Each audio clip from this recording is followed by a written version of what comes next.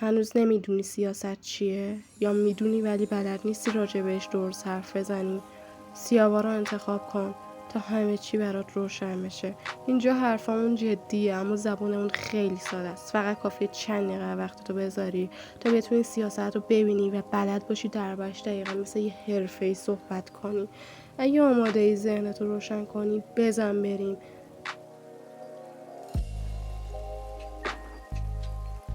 قراره برات سیاست رو تو زمان کم و به زبان خیلی ساده توضیح بدم تا تمام رازهای پنهان که پشت پرده قایم شدن رو بفهمی. میخوام از کلمه سیاست شروع کنم. مطمئنم بارها و بارها شنیدینش اما مفهومش میدونی چیه؟ بذار خیلی ساده بهت بگم.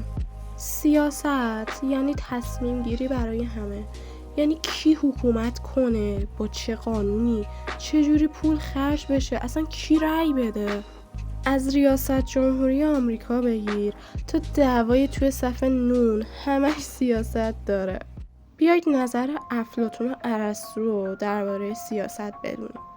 افلاطون میگفت سیاست یعنی رسیدن به عدالت توی جامعه و ارسطو معتقد بود که انسان ذاتاً موجود سیاسیه، یعنی اگه خودش هم نخواد توی سیاست گیره.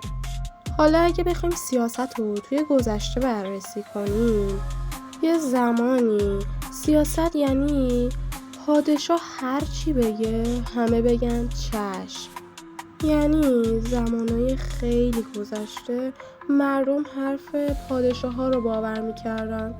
پادشاه هر چی میگفت مردم همون رو قبولش میکردن. ولی الان چی؟ الان هر چی پادشاه بگه مردم قبول میکنن؟ نه. دموکراسی، پارلمان، حقوق بشر، اصلا یه دنیا فرق کرده همه چی. بخوام یه مثال بزنم، توی یونان باستان فقط مردای آزاد حق رأی داشتن، ولی امروزه حتی یه دختر 18 سالم توی هندم حق رأی داره و میتونه برای کشورش حق انتخاب داشته باشه و رأی بده.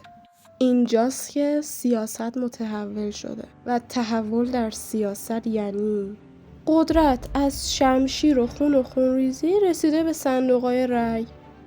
خب پس به زبان خیلی ساده فهمیدیم سیاست چیه.